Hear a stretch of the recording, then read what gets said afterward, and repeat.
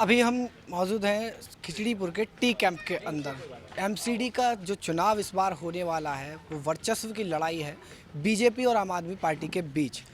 यहाँ जो लोग हैं उनसे बात करेंगे, सफाई व्यवस्था कितनी दुरुस्त रही है, शिक्षा कितनी दुरुस्त रही है, और जो स्वास्थ्य की अगर बात की जाए, दिल्ली में एक बीमारी सबसे ज़्यादा लोगों को होती है, वो है डेंगू।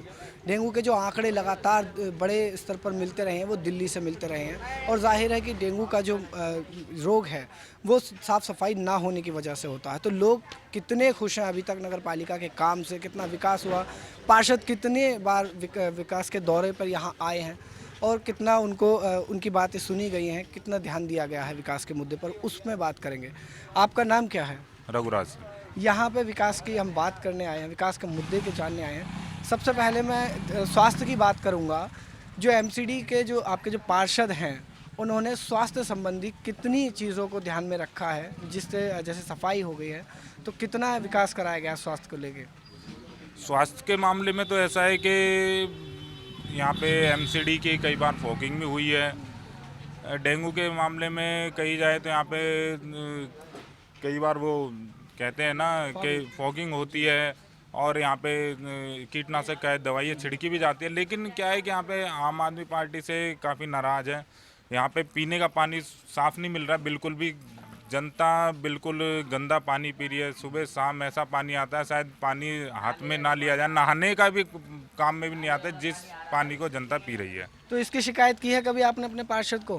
पार्षद को की है, पार्षद ने उस पर गौर किया है, लेकिन पार्षद जी हमारे बोलते हैं कि दिल्ली सरकार के अधीन हमारा पानी आता है, दिल्ली जल बोर्ड के अधीन आता है कि उसको विधायकी करेंगे। और ये हमारे मनीष सिसोदिया जी के हैं, मनीष सिसोदिया जी के पास कई बार गए हैं, वहाँ पे प्रदर्शन भी किया है, उन्होंने के पास धरने भी दिए, उन्होंने के पास सारे उन्होंने संज्ञान में हमारी ये बातें उसमें, और उस पर वो कोई कार्रवाई नहीं कर रहे हैं। आम आदमी पार्टी ने भी हाल ही में जगह जगह मोहल्ला क्लिनिक खोला है, वो आपके यहाँ भी खोला गया है? मोहल्ला क्लिनिक खोला गया है, ऊपर मोहल्ला क्लिनिक खोला गया है, लेकिन उसमें कहते हैं कि सफाई व्यवस्था भी नहीं है ठीक। वो तो दवाई और की बातें कर रहे हैं। मोहल्ला क्लिनिक के नाम पे भी उन्होंने बिल्कुल भ्रष्टाचार किया है। कहते हैं कि यहाँ पे दवाइयाँ मिलेंगी, दवाइयाँ कोई नहीं है। उन्होंने अभी पीछे भी बोला है कि दिल्ली सरकार ने लाल बहादुर शास्त्री हॉस्पिटल पड़ता है हमारे यहाँ पे, कि वहाँ पे सारे टेस्ट फ्री कर दिए हैं। सारे टेस्ट फ्री करने का मामला क्या है कि सारे टेस्ट तो दिल्ली सरकार के जो सरकारी हॉस्पिटल है सभी में फ्री होते हैं, उन्होंने क्या फ्री कर दिया उसमें? नगर पालिका के कितने अधिकारी अब तक आपके क्षेत्र में दौरा करने आए हैं विकास का, और जो सरकारी अस्पताल है उसमें किस तरह की सुविधाएं आप लोगों को मिल पा रही हैं? अभी तो कुछ नहीं मिल रही, बस जैसा था वैसा ही चल रहा है पहले जैसा। कोई अधिकारी आते हैं नगर पालिका के, जैसे पार्षद हो गए या नगर पालिका चेयरमैन? पार्षद जी आते हैं हमारे, चेक करके जाते हैं, कभी महीने में 2 महीने में चेक करके जाते हैं। तो पिछली बार जितने वादे और दावे करके वो जीते थे, उनमें कितने खरे उतरे हैं? वो कितना काम कराया है? कुछ कराया है, बाकी मूलभूत सुविधाओं की मैं बात कर रहा हूँ, स्कूलों की बात करूँगा, शिक्षा का जो व्यवस्था है वो कैसी है? स्कूलों में आपके भी बच्चे आते हैं, सरकारी स्कूल में किस तरह की व्यवस्था है? अभी कुछ नहीं है, जैसा था वैसे ही है। स्कूलों में जैसे बच्चे जा रहे थे हमारे फटा झोला लेके, और जैसे थे गंदे, कोई पूछ रहा ना पढ़ाई है ना कुछ है। बच्चों को अगर आप 5वीं क्लास के बच्चे हो, अगर आप गिनती 100 तक गिनती वालों उनको 10 तक गिनती नहीं आएगी। आपके मोहल्ले में अभी जब हम अंदर आए हैं तो काफ़ी ज़्यादा गंदगी देखी गई है। इस गंदगी को लेके कभी किसी से शिकायत की है? कितनी बार साफ सफाई होती है यहाँ पर? खूब करिए शिकायत तो। एमसीडी की जो गाड़ी है कूड़ा उठाने वाली, वो आती है यहाँ? वो जब आती है जब यहाँ पर नेता घूमते हैं। जब नेताजी आते हैं उनके आने से पहले ही गाड़ी आती है और काम करके चली जाती है, उसके बाद कभी नहीं आती। तो जो आपके पार्षद हैं वो भी तो इलाके में आते जाते रहते होंगे, क्या उनसे कभी शिकायत नहीं की? कोई नहीं आता। देवेंद्र कुमार आते हैं बस जी, वो यहाँ से पार्षद हैं। हाँ जी। तो मतलब आप उनके काम से संतुष्ट नहीं हैं, देवेंद्र कुमार जी के काम से? उनसे संतुष्ट है, और दूसरे वो तो और बढ़िया, वो तो और बढ़िया है। किस पार्टी से हैं देवेंद्र कुमार जी? बीजेपी। बीजेपी से हैं देवेंद्र कुमार जी, उनके काम से संतुष्ट हैं, शिकायतें भी बराबर दे रहे हैं। जी, आप कुछ कह रही थी? मैं ये कह रही हूँ, यहाँ पे ना पानी है, और लाइट भी चली जाती है। और क्या बोलते हैं, सड़क के देख लो क्या हाल हो रही है, गंदगी कितनी भरी देखो पड़ी पीछे है, इसका कोई नहीं है, इसके हमने कीड़े मकोड़े इतने गंदगी है कि यहाँ पे बहुत ज्यादा। वो है जी। अभी अरविंद केजरीवाल कह रहे हैं कि वो इस बार पानी का जो बिल है उसको माफ कर देंगे। जूता मारू अगर यहाँ पे वो इस नाराजगी की वजह क्या है केजरीवाल से इतनी केजरीवाल ने करे क्या, बेईमान है। यहाँ पे आकर हम लोगों को बताया सारा काम बढ़िया कर देंगे, ये कर देंगे वो कर देंगे, कुछ नहीं किया। पर केजरीवाल तो बैनर पोस्टर लगाकर बोल रहे हैं कि बिजली का बिल पहले माफ कर दिया है इस बार। और बढ़ गया हुआ कुछ नहीं माफ हुआ, बिजली का बिल न बिजली का न पानी का, किसी चीज का कोई पानी की ओर आने लग गया अब तो। पानी तो आ ही नहीं रहा।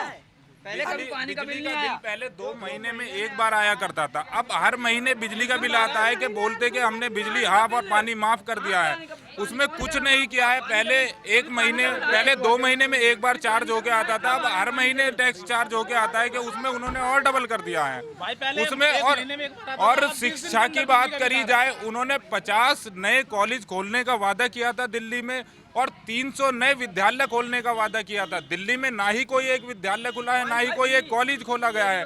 दिल्ली को वाईफाई फ्री मुक्त करने का वादा किया था, कोई वाईफाई नहीं है दिल्ली में, कहीं वाईफाई नहीं है। शिक्षा क्षेत्र में आ जाए तो शिक्षा में तो बिल्कुल उन्होंने कुछ भी नहीं किया। शिक्षा को तो पहले से भी उन्होंने नीचे ला के धर दिया है, उसका ग्रॉस रूट। क्षेत्र की सफाई व्यवस्था और स्कूल जो होते हैं सरकारी स्कूल, उसके साथ सरकारी अस्पताल, ये सब नगर पालिका के अधीन आते हैं। इन तीनों उसमें आप कितने संतुष्ट हैं नगर पालिका के काम से, अपने पार्षद के काम सब से? बेकार है, अब कहने का खाली है।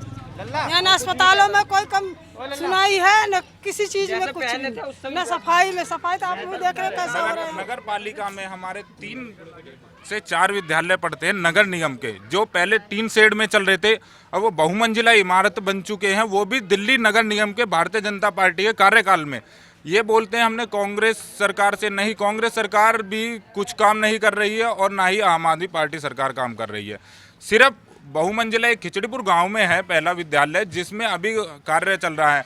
मयूर विहार फेज 2 में 2 विद्यालय का काम हो चुका है जो बहुमंजिला बन चुके हैं। खिचड़ीपुर कॉलोनी में एक विद्यालय है नगर निगम का, जो अभी बहुमंजिला हो चुका है। उसका सिर्फ सांसद जी कहते हैं कि हम इसका अब चुनाव के बाद इसका उद्घाटन करेंगे तो उसमें बच्चे दोबारा पढ़ना चालू करेंगे। दिल्ली देश की राजधानी है और दिल्ली की जो बाहर की सड़कें होती हैं वो बहुत साफ नज़र आती हैं, बड़ी बड़ी बिल्डिंगें दिखाई देती हैं और दिल्ली की एक अलग ही सूरत नज़र आती है। लेकिन जब दिल्ली के मोहल्लों के अंदर आते हैं, वार्ड के अंदर आते हैं, वहाँ आने के बाद असली काम नज़र आता है। वहाँ जो सड़कें होती हैं, जो गलियाँ होती हैं, उनमें कूड़ा इकट्ठा हुआ रहता है। लोग सबसे ज़्यादा बीमार होते हैं उस कूड़े के चलते। पानी की जो सुविधा की बात की जाती है, पानी सबसे बड़ी समस्या है दिल्ली के अंदर। उसके अलावा बिजली भी एक बड़ी समस्या है। इस बार एमसीडी इलेक्शन के बाद इनमें से किन किन मुद्दों पर सरकार, जो एमसीडी नगर पालिका है वो और उसके पार्षद कितना ध्यान देंगे?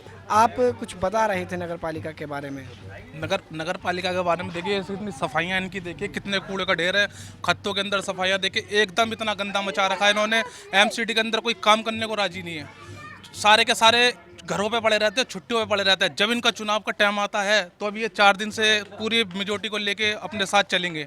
लेकिन एमसीडी पर दबाव तो आपके पार्षद बनाएंगे ना, जिन्हें आपने जिताया है, तो वो क्या कहते हैं? उनसे कितनी बार शिकायत की है, उनका क्या जवाब मिलता है?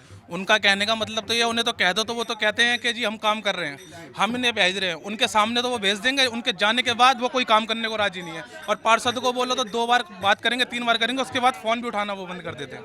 पहला चुनाव संपन्न होने के बाद अब दूसरा चुनाव होने चला जा रहा है। इतने बीच में क्या कभी भी आपके पार्षद ने जो मतलब आप बता रहे हैं उस पर कभी गौर ही नहीं किया?